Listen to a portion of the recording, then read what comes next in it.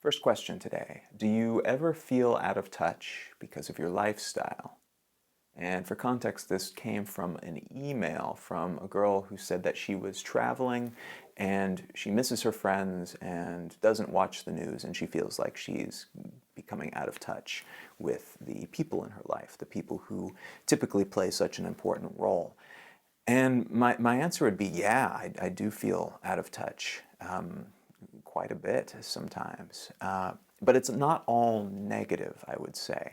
I would say that it feels a little weird sometimes to not understand what people are talking about when everybody else is having the same experience back home in your familiar environment. It can feel like really disorienting. There's actually a really great film that describes this feeling completely accurately. It's called Goodbye Lenin. It's a German film, came out when I was in high school, so it's a little bit old. But it basically focuses on this woman who is like a good, Soviet believer. She lives in Germany, East Germany, during the Cold War, and she goes into a coma right before the wall falls. And so her kids then try to pretend as if everything is still as it was before, because it's believed that if she has a sudden shock, her heart will go out and she'll die. And so basically it can feel like that sometimes, that type of disorientation where you were in a coma during like a really important moment. And so everybody else has this shared experience that you don't have. And I feel that quite a bit. I've felt it long enough now, after 7 years of this, that it's a familiar feeling. So it doesn't wig me out the way that it used to. But I do remember that when I was in New Zealand, and it was during a time, it's still kind of like this from what I understand, but 6 years ago in particular, New Zealand's internet was tragically bad. And so I was completely out of touch with all pop culture from the United States. And while I was there, Justin Bieber and Lady Gaga both became a thing. And they were like these overnight sensations, a lot of music industry money behind these two people. And I thought it was a joke. Like, I couldn't understand why people thought this was such a big deal and why these were big celebrities. They seemed, even their names were silly to me. And so a lot of culture and a lot of shared experiences can feel that way, and you can feel like an outsider sometimes. But I tend to focus on the positives. One, it's that you do tend to miss out on a lot of the stupid, kind of vapid stuff that happens in the news and in pop culture. Things that people are talking about for a day and then it disappears and it distracts them completely, takes over their lives for a day or a week, and then it's gone.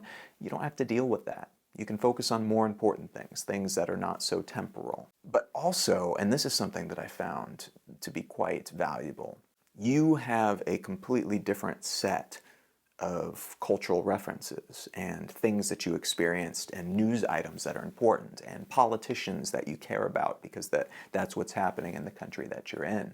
And so if you travel regularly and you're paying attention to what's going on around you, you get to bring this stuff back with you. And so all of the things that you're learning when you talk to your family back home or you talk to your friends and they're telling you about what happened, you get to do the same in response. And I find this is incredibly valuable, both for you and for them, because then it's like a cultural exchange. In the same way, it's really exciting to show somebody new around a familiar town, maybe that you've lived in your entire life. You get to experience that with like everyone that you talk to, because you're collecting this very unique set of different variables and different cultural references from around the world. And so for me, I tend to look at it that way. Yes, you are a bit disconnected and you don't necessarily have this one continuous storyline, this one continuous media echo chamber that you're in the center of, but you can kind of pick and choose, and you tend to just passively assemble a collection of these interesting influences. And if you can look at it in that way, as you being like the ambassador for these different ideas, but also a collector of unique experiences and points of view that you can then bring back and share with people who, for whatever reason, are not traveling in the same way that you are, that's the benefit of something that could otherwise be a major detriment. And the second question today: what are the best and worst things about getting older? I wrote this down. I got it on the day after I turned 31, which was quite recently. And it's interesting. You get a lot of people, particularly once you breach a symbolically significant number like 30. A lot of people ask you, so how does it feel now to finally be old or finally be an adult or whatever? And frankly, I kind of like it. I think there was a time in my life when I looked at getting older and thought, man, that's going to be miserable. My 20s will be the highlight of my life. But every single year, every year that I've gained and that I've lived and that I've experienced has been amazing. Like every year better than the last. And so I wouldn't give up any of the years that I've achieved, that I've accumulated. And so getting older largely is wonderful. Every year you get a little bit more respect in certain ways, and you're not taken quite as seriously in other ways. The things that like the teens are the cool trendsetters for, you're not taken quite as seriously typically. But those are things that are not particularly important to me anyway. And in a lot of cases, I can influence those conversations in different ways. So the downsides are very low. You do, because so many people are telling you about all the downsides of getting old and asking you all the time how it feels, you do tend to feel that you have to put in a little bit more effort. And I think biologically that makes sense. I definitely, mid-20s onward, made a very conscious effort to take better care of myself a little bit more every year in terms of health, physical health and mental health.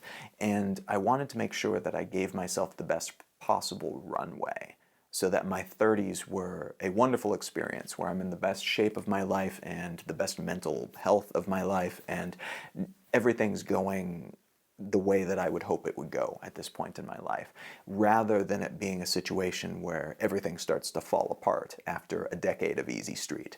That's not what I wanted.